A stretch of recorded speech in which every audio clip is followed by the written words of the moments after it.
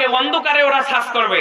আমরা তো সারা বাংলাদেশে যাই রে ভাই, যতগুলো উপর কর্মকর্তারা আছে তারা যদি কোরআনের বিরুদ্ধে যায়, আল্লাহর কসম তৌহিদি জনতাকে নিয়ে বাংলাদেশে আর ওদের ঠাঁই হবে, আর ওদের ঠাঁই হবে।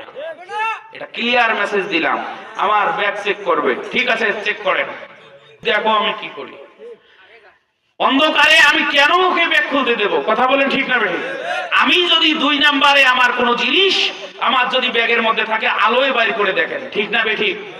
সম্মানিত ভাইরা, এই পরে আমি আলোতে যাইয়া কয় আমি খুলবো, আমি বললাম না না আপনার খোলা যাবে না, আমি খুলতেছি, একটা একটা করে জিনিস বাইর করে দিচ্ছি, আপনি দেখেন, আপনি দেখেন, আর আপনি আমাকে বলেন যে বলে এটা দেখবো এটা দেখবো, সেটাই আমি আপনাকে দেখাইতে বাধ্য হব।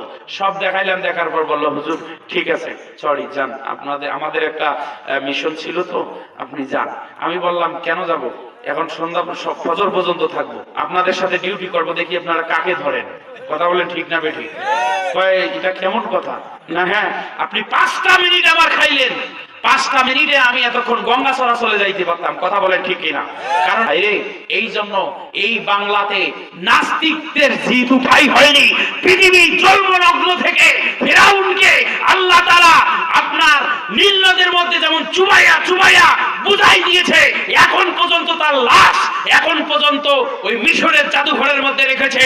আর তাম পৃথিবীর মানুষগুলোকে বলেছে নমরুদ ফিরাউনকে দেখে তোমরা শিক্ষা নাও, কখনো আলেমদের বিপক্ষে যাইও না, কারণ আলেমদের বিপক্ষে যখনই তুমি যাবা ঠিক একই ভাবে নমরুদ ফিরাউন দুষ্টের মতো তোমারও অবস্থা হবে। কথা বলেন ঠিক না?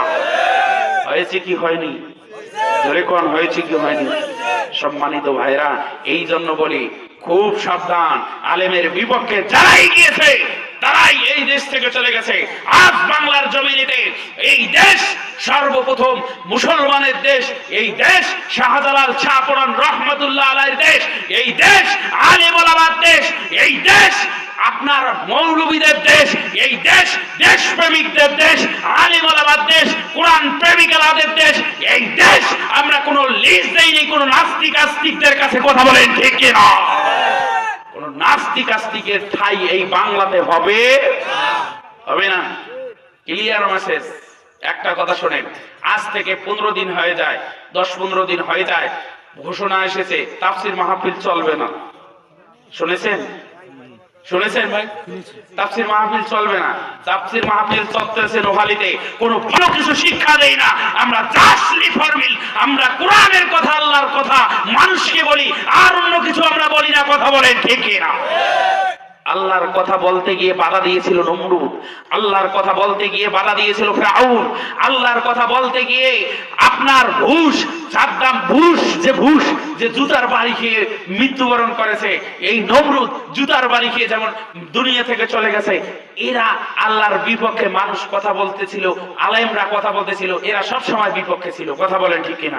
তাদেরকে আল্লাহ বেইজ্জতি করে মৃত্যুবরণ করায় দিয়েছে। কথা বলেন ঠিক কিনা? এই দেশে নমরুদ ফিরাউন রাষ্ট্রবিদ্রোহ কোন ব্যক্তির জায়গা বাংলাতে হবে না। কথা বলেন ঠিক কিনা? সম্মানিত ভাইরা, এদেশ আলেম ওলামার দেশ, এই দেশ ওলিদের দেশ, এই দেশ হচ্ছে খাজা রহমতুল্লাহ আলাইহির দেশ, শাহজালাল রহমতুল্লাহ আলাইহির দেশ, আলেম ওলামার দেশ, দিলওয়ার হোসেন সাইদির দেশ, কোরআন প্রেমিক বান্দা বান্দীদের দেশ। কথা বলে